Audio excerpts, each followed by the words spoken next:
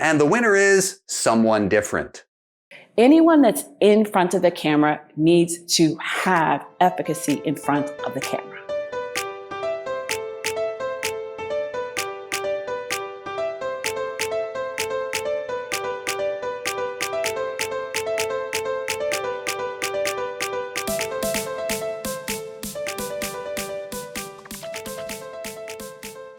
Welcome everyone to a new episode of The Event Effect. My name is Marijn van Buren. I'm your host for today, and I'm joined by Adam and Wendee, both exceptional hosts / MCs for events. And I'm so glad that I'm finally able to meet them. We've been in touch via LinkedIn quite a while, reading his and her post quite a bit. A lot of insights there, but now I'm finally here to see you in face-to-face.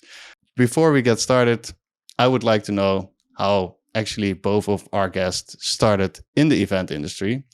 And maybe Adam, you can jump off. How did you got started in the event industry and specifically ended up as an MC / host? Well, I've been hosting events and emceeing for as long as I can remember. So early school days, it always ended up that I was on student council or organizing an event and on the mic. So it seemed like an innate, natural thing that I love to do.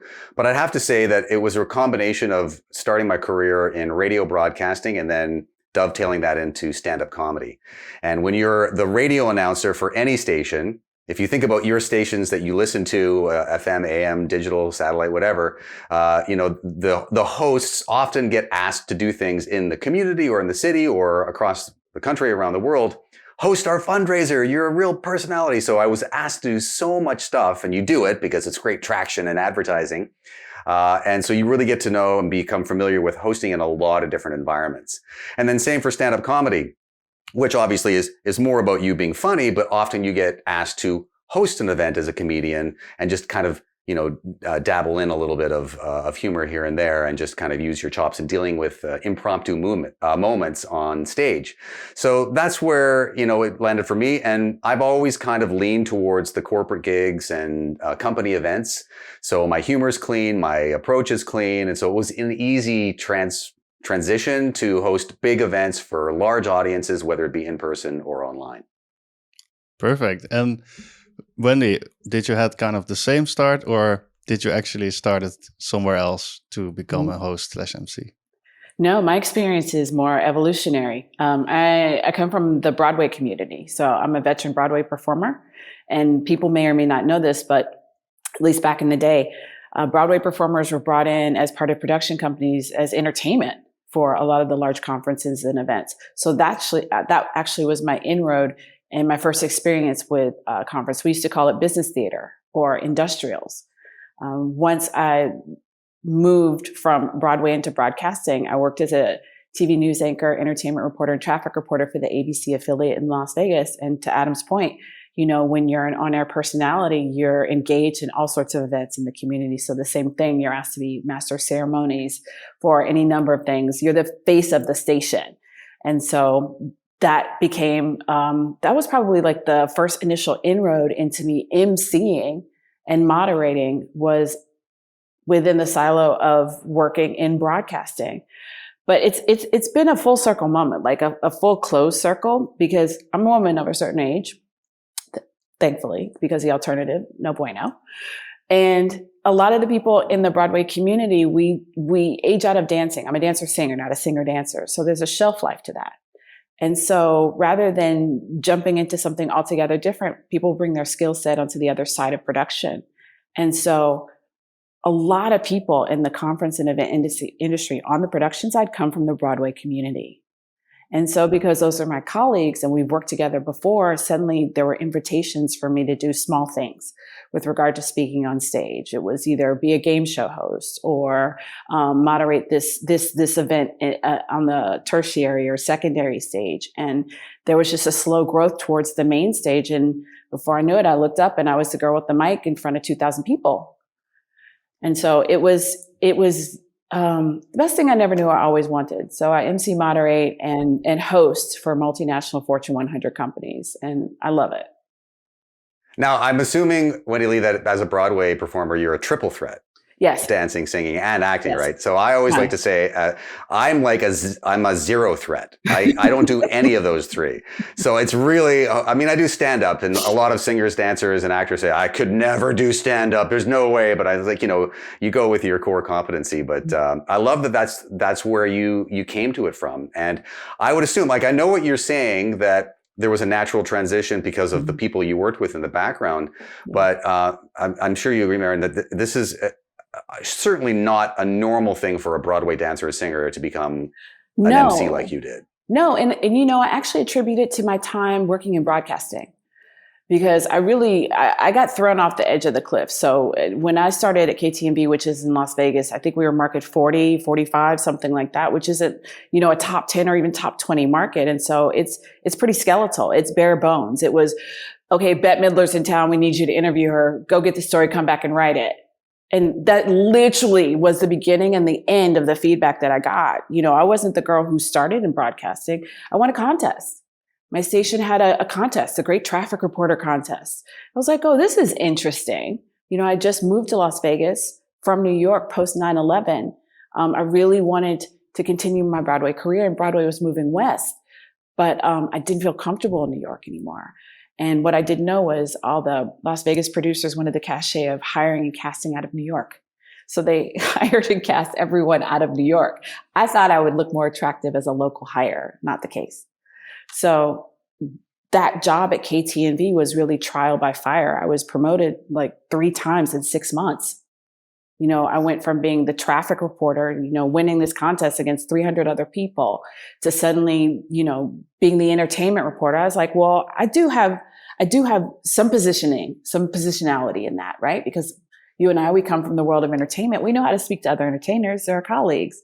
So I just had to learn the construct for conducting an interview and writing it. And it literally was just doing it every single day, right? Every single day I was interviewing some celebrity somewhere, whether it was a sat interview, right? A satellite interview, or it was in person. And so it's a muscle that you don't have, but you develop it.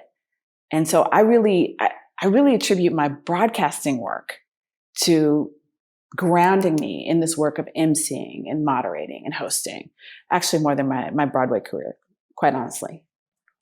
What an inspirational story. Like, really how life can kind of switch, but then really repel you onto this new journey. And from what I can hear, you did an amazing job, Wendee. So congratulations to you. And Adam, I can only assume that you also grew a lot in the past years, being from actually on a broadcast channel to comedian to host to really helping the event industry get the entertainment they need. From your perspective, what is kind of the trends that are currently going on, or what are you seeing as an event MC / host at the moment? Well, I mean, obviously the past 2.5 years, and not to timestamp this, but we're, into the, coming out of the pandemic era right now. So I really aggressively transitioned to online and really became fully equipped to deliver online. The movement right now, for a period of time, the bookings right now are all in person, because everyone's like, I don't want to even hear the word virtual. Don't even ask me about it, but I'm equipped. I can do full turnkey solutions with online events. And I work with a lot of producers who, such as you, that deliver these virtual events. So I think the state of the union right now for events is hybrid. And even when you use that word, people start to go, well, what do you mean? But imagine like with Wendee Lee, there's like 2,000, the Fortune 100, Fortune 1000 company, and you've got a big auditorium full of people. I do those types of events as well, hosting plenary sessions, moderating panels. But there still is a population, A, who aren't ready to go back to work or attend these in person. B, have the always existing cost controls and geographic restrictions. And there's a desire and there's a need we've now got the experience. I mean, the platforms were always there, but now everybody's familiar with them. It's like, critical mass. So they should be used to extend revenue opportunities, reach opportunities. So even if you've got 1,000 people in a ballroom and you've only got 500 people attending online, that's 50% more audience than you would have had if you just go in person. And so now that's the trend I see is how do you produce those hybrid events and how do you host that in an effective way where you're talking down the camera and then also to the people that you're with. I mean, it's a real talent, but a lot of fun. Absolutely. It takes really getting to engage both types of audiences in that way. And as you mentioned, adoption played a very big role in making this happen and a possibility to extend our reach. Wendee, do you see the same kind of trends or is it different from your perspective? Yes, Adam, you can sit next to me. I'm so glad you said that because I agree wholeheartedly. I watch people clutching their pearls and losing their crap over hybrid. And I'm like, all right, y'all want to leave money on the table. That's up to you. I cannot think of another idea or moment in the history of conferences and events that's bigger or has more potential. And we've been watching hybrid forever. What do you think an award show is? Right? You have people in the auditorium. There are people on the stage that are speaking to those people. And then there's a live shot out on the red carpet. We've already been doing hybrid. So hybrid is for the TV people. It's their opportunity to shine and stand up. Anyone who has experience, time, teeth in the broadcasting realm is going to shine in this new hybrid model because the good news is, Wendee, I mean, you say TV production and we both have like now the TV or the entertainment production background. It's not the same price point because it's not the same overhead for studios. You can do it with decent cost markers. And then the event planners, the other layer, and I'm sure you've experienced, and I'm curious to know, Wendee Lee, what you've experienced with this is then event planners say, well, the different thing we have other than that the Oscar and the Emmy Awards producers don't have is we have engagement issues. What about the networking? What about the magic that happens and the deals and all that stuff? And there's so many tools now, either inherent on the platforms or I use a white label second screen tool that's URL based for all sorts of activations. So as people are attending the event, whether they're in person or online, they're experiencing the same agenda content on their second screen, which by the way, planners really love because you're occupying that valuable real estate with agenda based content, whether it be fun or informative. And they're not checking their email or scrolling TikTok or doing anything else. So have you found the same thing? That, and also I think it gives event planners the opportunity to pivot in real time. I hate that word, but it's one thing to write something on paper and it's another thing to see it come to life in actuality. And sometimes what we planned or what we think is the right way to go, as we experience it in real time, we understand that it needs something more, that the substrate under it isn't affecting the reach that they really want. So hybrid is actually a perfect opportunity to, in the moment, decide, you know what, we're going to do this, but we're going to do it in a different way because you're not terra firma, you're not substrated into a direct one-on-one on stage. Now you have this camera that can literally follow you anywhere at any time doing anything. I've had that happen a few times where event planners or producers and the teams will have the shot set up in one place and they decide 10 minutes before we go live, we've done that. We really actually want something more dynamic. Can you do a walk and talk from there to here?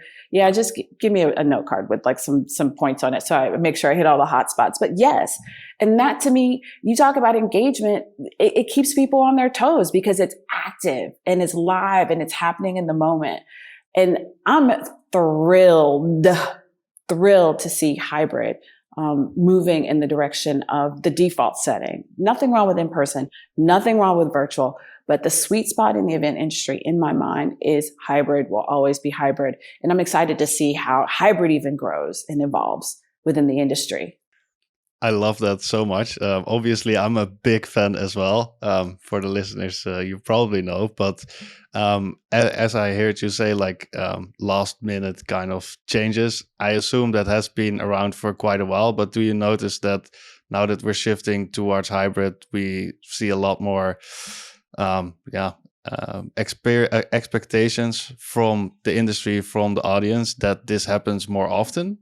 I find the clients I'm working with are a mix. There's some that fully get it. There's some that are intimidated by producing a show that lives digitally. And part of the solution with that is I'm working with clients just to introduce it, like if they've got quarterly town halls, for the first one, let's just introduce a piece of hybrid. just so that you can, just a little taste, so that it doesn't be like, ugh, like too scary. Because ultimately, if they're really worried about engagement, Wendee Lee and I, she said, you said I could sit beside you. We could actually work together. You could host in person, and then there could be someone like me as the digital host online. Because what happens when, a full 3-day conference, in the moments where they break out and do a break session?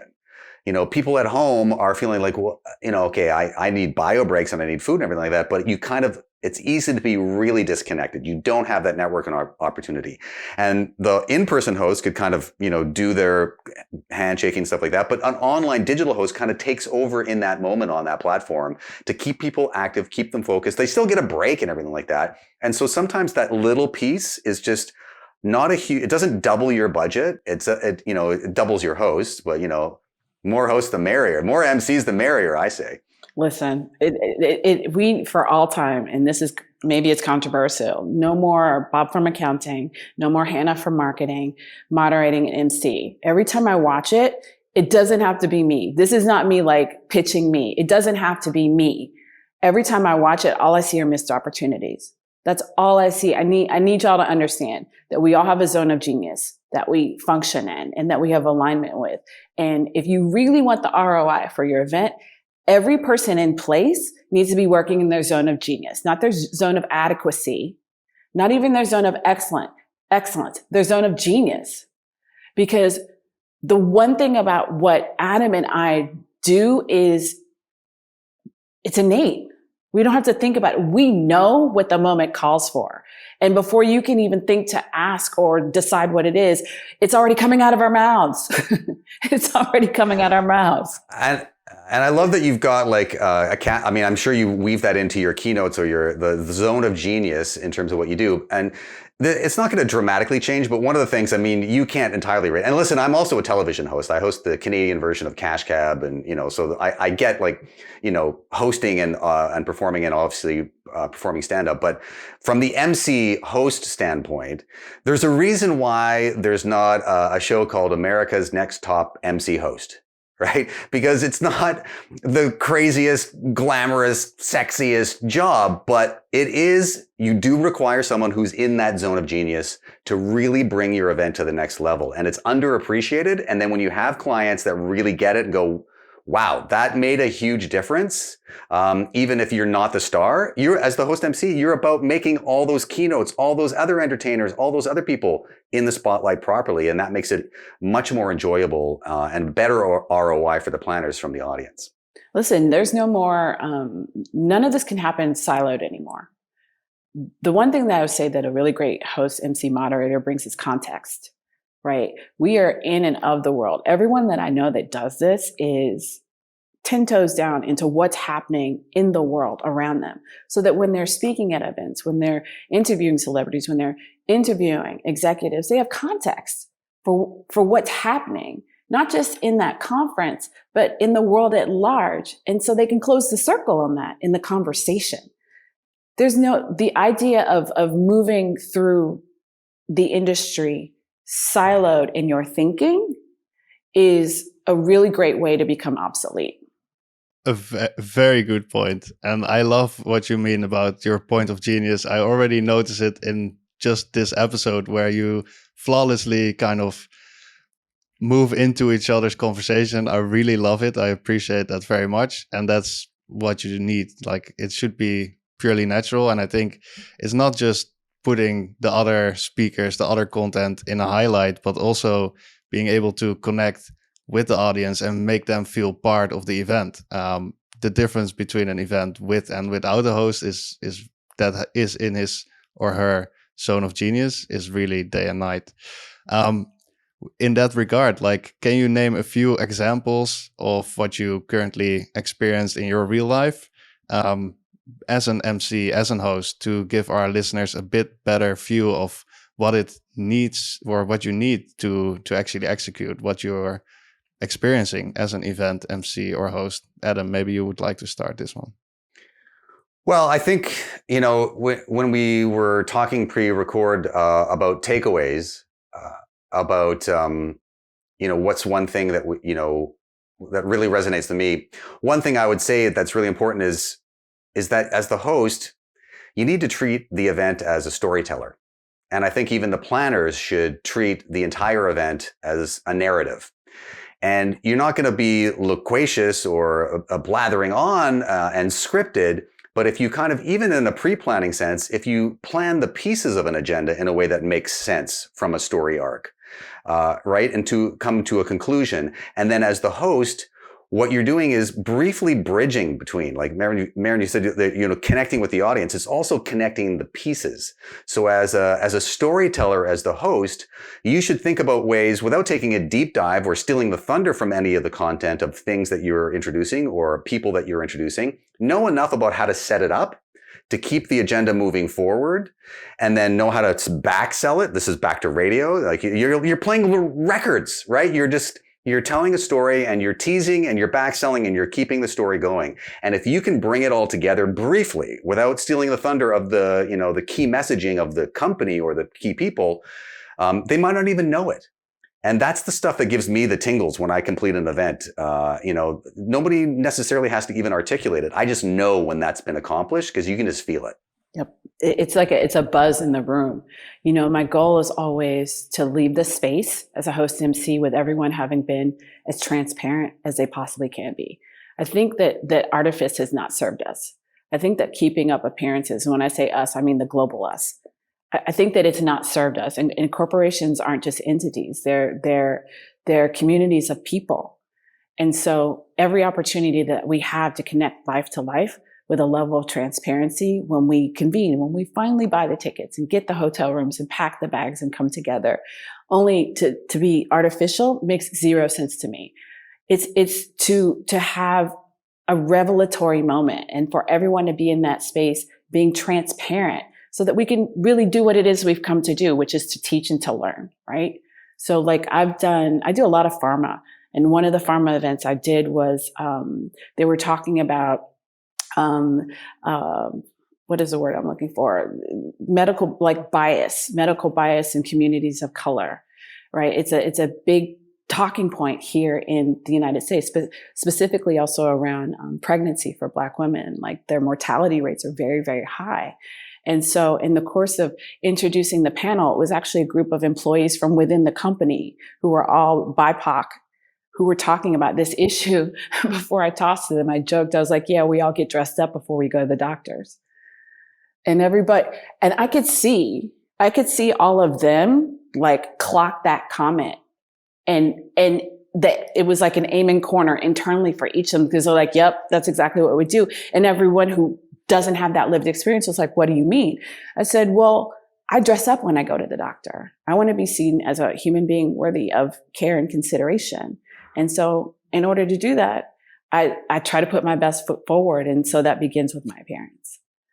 They canceled the panel afterwards because even like me just jokingly throwing that in led the rest of the people on the panel to be more forthright, right? I think they all had something very safe and curated that they had intended to share that day.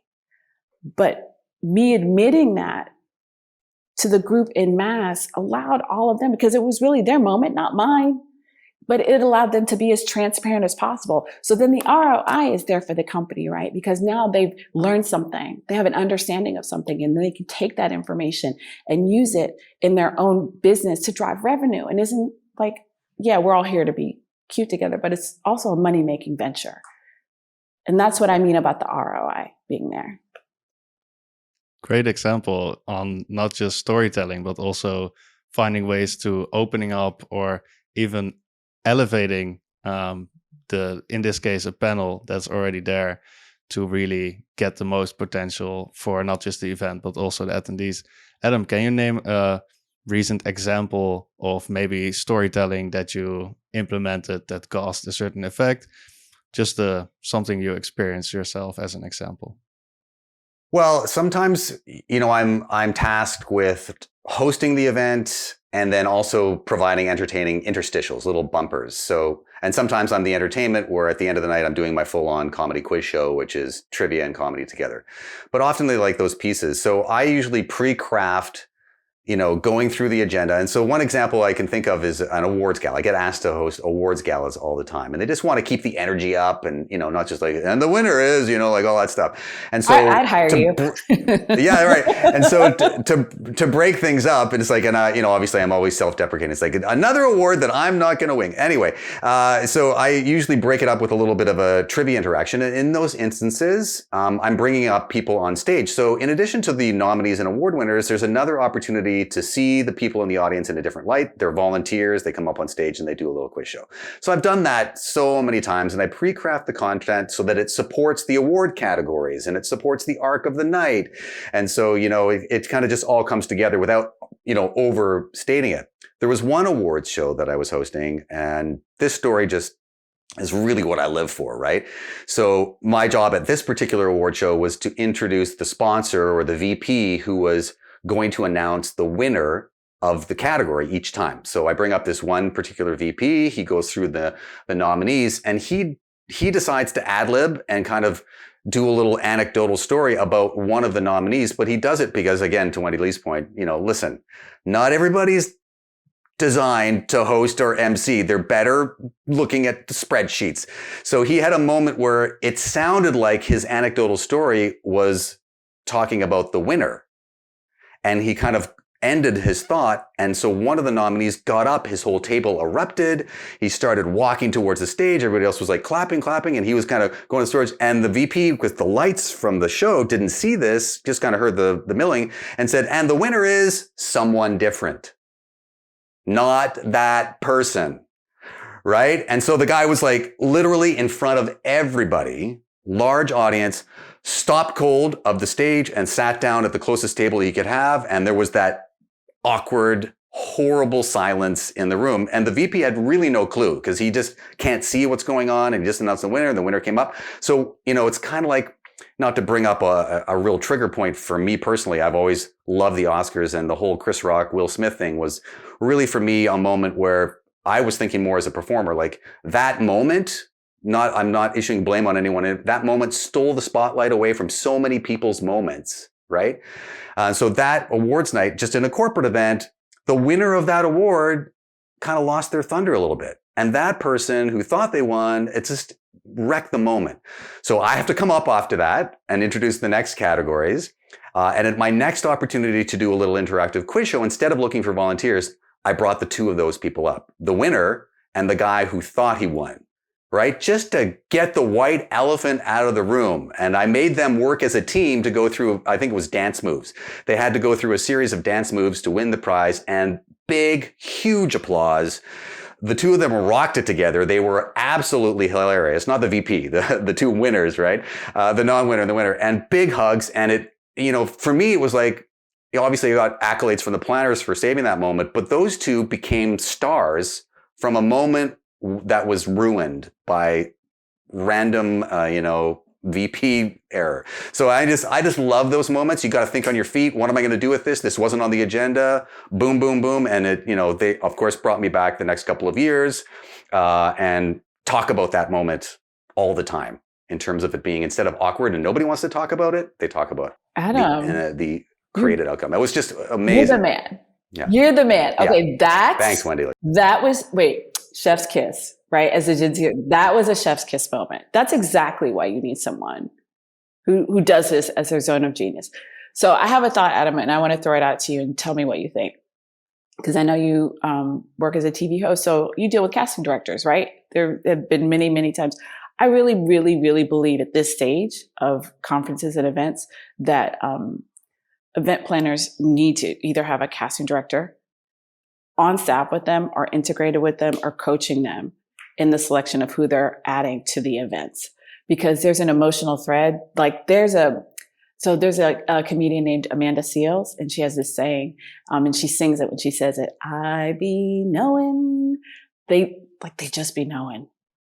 They just, to me, that is like the one ingredient that's missing. Because sometimes when I'm doing the events, I'll see a disconnect. And I'm like, a casting director would have caught that. Like would have caught that emotional threat. Do you understand what I'm saying? Like, Well, I think at minimum your instincts are right, because at minimum, if they're hiring a casting director to find a professional MC or host for their gala or whatever, at least they're putting thought into it. So often it's the last thing they hire, right? Or it's an afterthought yes, in terms of the MC. especially on the budget. It's like, what do we have left? I'm like, Yes. wait, no, I'm not even kidding. It's what do we have left? I'm like, nah, let me sit on my square. It's interesting because if you listen to what event professionals say, it's all about, purpose and making sure that everything is there on purpose and everything should be cohesive. But if then the host, the one that brings everything together, is kind of an afterthought, what good is that approach then? So definitely a good one to take into account. And also, Adam, I loved your story. Also, it's kind of a horror story, which brings me already to the next part of the show, which is sharing a horror or a funny story. Adam, since you nailed it with this story, I think I was at a certain point, I was like frozen in my chair. I'm like, what? No, did that really happen? Wendee, can you maybe share a horror or a funny story that you experienced? Yeah, that was visceral. Every hair on my arm stood up like Spider-Man. Like, yeah, I felt bad for that individual, and I haven't even met them. Not horror, but funny, and not as good as your story. Let me see. There was a time when it was a sales meeting. I love sales meetings. Sales teams are great. They're in it to win it. Like, it literally is like a plastic plaque, but they're like, all in that thing. And we were doing a game show event, and all of the AV went down, like all of it. I think someone kicked the plug out. I don't know if a breaker broke, but like there was nothing. So I'm standing up there on stage, and I did the national tour of Mamma Mia. So I know every ABBA song ever. And so I took that opportunity to do a sing along with the entire room, to introduce myself again and say, I know y'all think I'm your host MC, but in a former life, I was a Broadway performer, and you'll never guess what show I did before I came here to see all of you. And they're like, what? I said, Mamma Mia. I said, who loves ABBA? Right? So everyone was like, everyone knows ABBA. So I led them in a round of Take a Chance on Me, and I had half the room sing harmony and the other sing melody. And by the time we got to the end of the song, the AV was back up and working. So that was fun. That is impressive. I'm totally jelly that you have that in your toolkit to go to. And as that, it's kind of like my philosophy is to go to any event. Even events I'm not hired to, I'm prepared to hire. I'm ready to host at any moment. And so I always over plan, but I don't have, I have to come up with other ways that I would be able to bridge that kind of a technical gap. I don't have the gift that you have. That's amazing. I would have loved to have, and I would have sang horribly and out of tune. But it was really fun. It was really fun. And before we knew it, like everything was back up and running, and they were cheering for themselves, and it kept the energy didn't get sucked out of the room, right? Because of the AV. If anything, we took it to another level, and then folks were really, geeked to get in there and win. But I love sales conferences. I love sales teams because they are on 10 at all times. Oh yeah. It's intense, right? Yes. So I always look around and go, you brought me here to keep the energy up. I think you're good. I think you're good. I'm traffic control over here because we're like one comment away from chaos. It's like the mom with 4 kids in the car. Don't make me stop this car. Like, it really is just wrangling. Like, you're wrangling people at that point. Perfect. What a resilient story. Like, for me, it's like the top point of resilience. Just in the worst case scenario, being able to look at your toolkit and say, this is what I have in store, and this will actually turn the whole experience around. Instead of people booing, I don't see anything, they were actually cheering with you. And I think, Wendee, that's a great example. Adam, you got to share a very elaborate horror story. Do you maybe also have some funny stories for us to share? Well, usually the ones that stand out are the awkward moments that just become kind of those, like everybody has the nightmare of getting up in front of an audience and their fly's undone, right? And so I just never, knock on wood, it's never happened to me personally, but I actually saw one executive, to give full credit to executives. I mean, I've been at least, smack talking executives. Don't let them MC or whatever. There was one, I was on tour domestically across Canada and, a couple of cities in North America, in the States, for a tech company. And it was the same group of execs that we were doing. And I guess they just get, you're doing the same cookie cutter keynote every city we go to. And for whatever reason, he just let his guard down and had gone to the bathroom just before and came on stage. And, I also do corporate communications and leadership training. So I kind of was observing the moment because it was serious content and he was on stage in front of a large audience and his fly was undone. And obviously the people at the close part of the stage could see that that was the case. And eventually someone got so uncomfortable that they just stood up. The caveat is, as MC, I would genuinely, unusually be the one to take that into control. But I had stepped away and come back because I had become complacent too. I'd introduced him. We'd been working together for 6 or 7 cities. He was off and running. I went and got a coffee. I came back. When I came back, the room and the AV table was a buzz. And they're like, oh, what do we do? What do we? And I was like, first of all, guys, you know what to do. Trust your instincts. Nobody wants to go near him because they think if I go near him, my fly will be undone. Like, it's like, get up there and help the guy. So as a tech guy, you bring down the mic and then you walk up there with another mic lav pack and you pretend that a mic was broken. And then he leans down and I was like schooling a seasoned AV team. And I said, give me the pack. Give me the pack. And by the time I was going to do that as the MC, someone stood up in the crowd and said, your fly's undone to him or whatever. I couldn't hear because it's a big auditorium. And the executive actually did close to the best thing he could do. He simply turned around for a second. He goes, oh, great. Zipped it up and then continued. Right? So I look at that as a leadership moment and I go, he's trying to impart important information. The AV team let him down. I wasn't there. I felt bad. I was about to get up there. First of all, you know this, Wendee, like half the room couldn't see it because they're not looking for it and probably didn't even notice. It's only the front people. So you don't even have to acknowledge it. It's like live radio. Don't ever acknowledge a problem. Who knows who heard it, right? And so he just should have zipped up, but he should have, for the people that were on board, he should have rewound the content and started really quickly from the beginning to get his key messages out again. So I look at those moments. It's a funny, awkward story again as a host MC, but a learning moment for me to never let my guard down and always be there for the people I'm introducing and not disappear. And then have a conversation about that with the other supporters. But I think, I wanted to bring that story in because we were trash talking the VPs and the accountants for hosting an MC, and he did a reasonably good job with it. So I was impressed. That's embarrassing, right? It is. Bless your heart. Wardrobe malfunction, I think, is right up there with like drowning. It's the worst fear ever live. Yeah, it's pretty bad. Absolutely. In that sense, applause to the executive in this case for doing a good job. They don't do it very often, but in this case, he actually did it. Love it. I think we spoke a lot about your experience, also your funny and horror stories. If you look at events in general, and especially event professionals, if there was one thing you could tell an event professional right now that is like the most important thing for event professionals, I'm curious what it would be. Adam, maybe you can start this one off.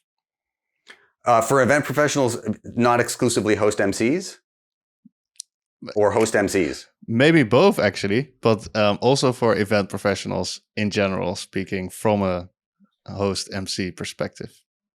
Well, I think it's the theme that we've been kind of dancing around and revisiting, and I think that it should start with hiring a pro host. It's really it makes the most sense.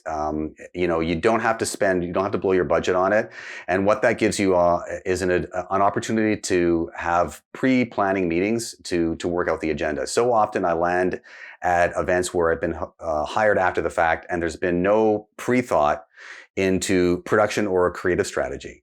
And I'm fine with it. I get on site and I'm like, no, this needs to go here. The podium can't go there. You're blocking the whole screen, and the projector's going to be going straight into their, all sorts of little stuff like that. A pro MC thinks about the whole picture. And event planners like that because they've got a lot on their plate. Event profs have got the banquet chief, the banquet organizer, everything like that. They've got so many things going. If you have a host MC, I basically become their production assistant as well as the face of the event. And nobody else thinks alike. Most people, if they're like internal or they're exclusively, an entertainer, they don't think like a host. So as a planner, as an event prof, you should bake in a host. Think like a host in terms of who you would hire and find the right person. And the last thing I'll say about that is because I was listening to Wendee Lee's story about, really identifying with living moments. And so you have to be careful, that you have a host that they're not going to necessarily represent and reflect every living, equity deserving voice and every community that's attending your event, but you have to have somebody that is a natural empath. You can't have a lot of people. That's why a lot of people are hesitant about hiring a stand-up comic. And I have to sell them on, it's like, I'm a host first. I'm a comic second.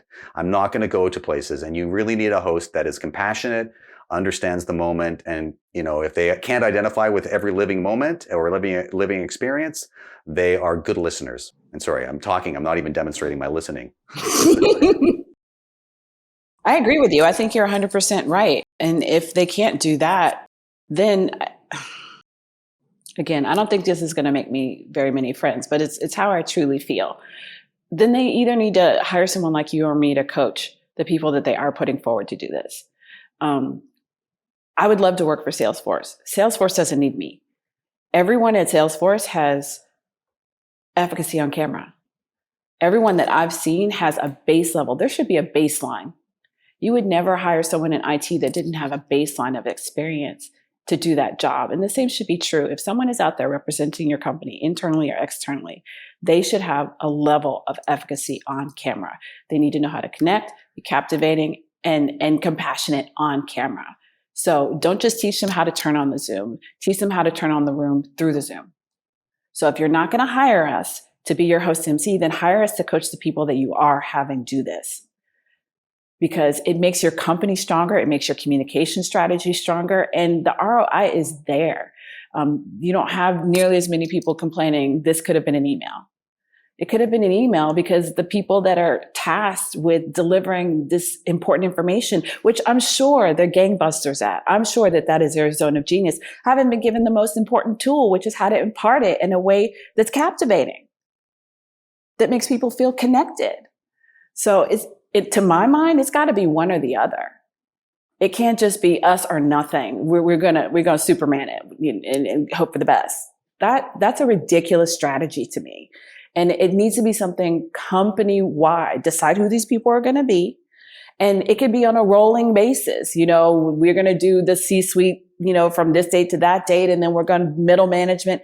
Anyone that's in front of the camera needs to have efficacy in front of the camera. Yeah. And production elements. And listen, I occasionally do full stand-up sets. And so now I'm moving forward. When I conclude a 45 to 60 minute straight stand-up set, that's going to be my closing line. This could have been an email.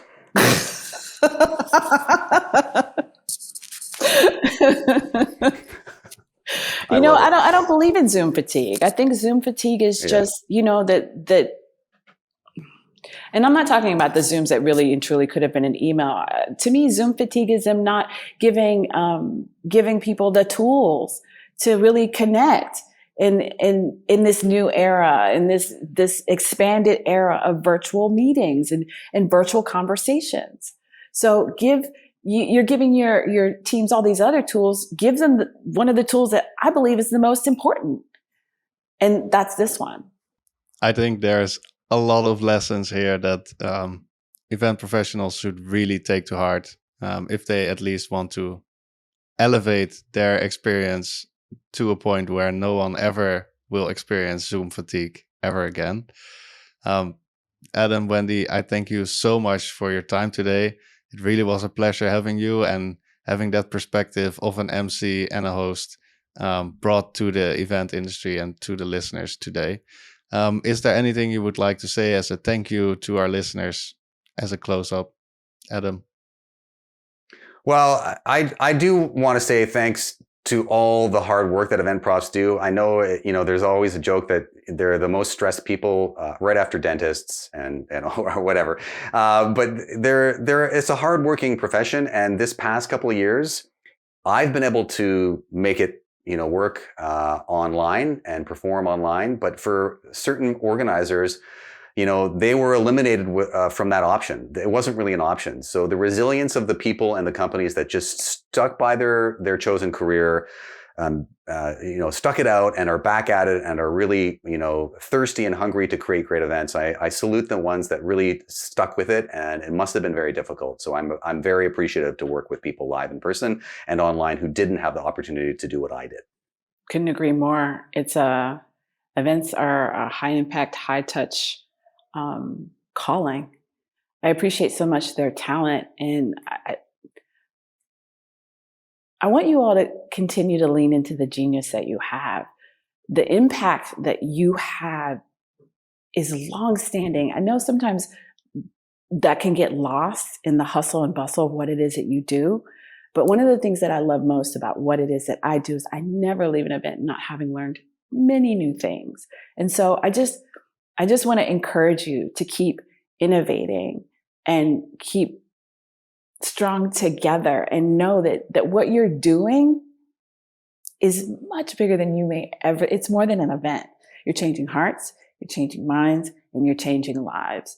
And so I salute you. Again, y'all were going through it during the pandemic, but I believe in you. Keep pushing the envelope and keep innovating. It's in you, and we're here to celebrate you, and we appreciate you. So thank you. What an amazing, kind, and inspirational words. I think a lot of event professionals can take that to heart and end this episode with a big, big smile and a happy heart. So thank you so much again for being here, sharing your experiences. For our listeners, I'm looking forward to seeing you, or actually have you as a listener, on our next episode. It will be released in 2 weeks on a Wednesday. Looking forward to catching you there. And for now, I hope you have a pleasant day.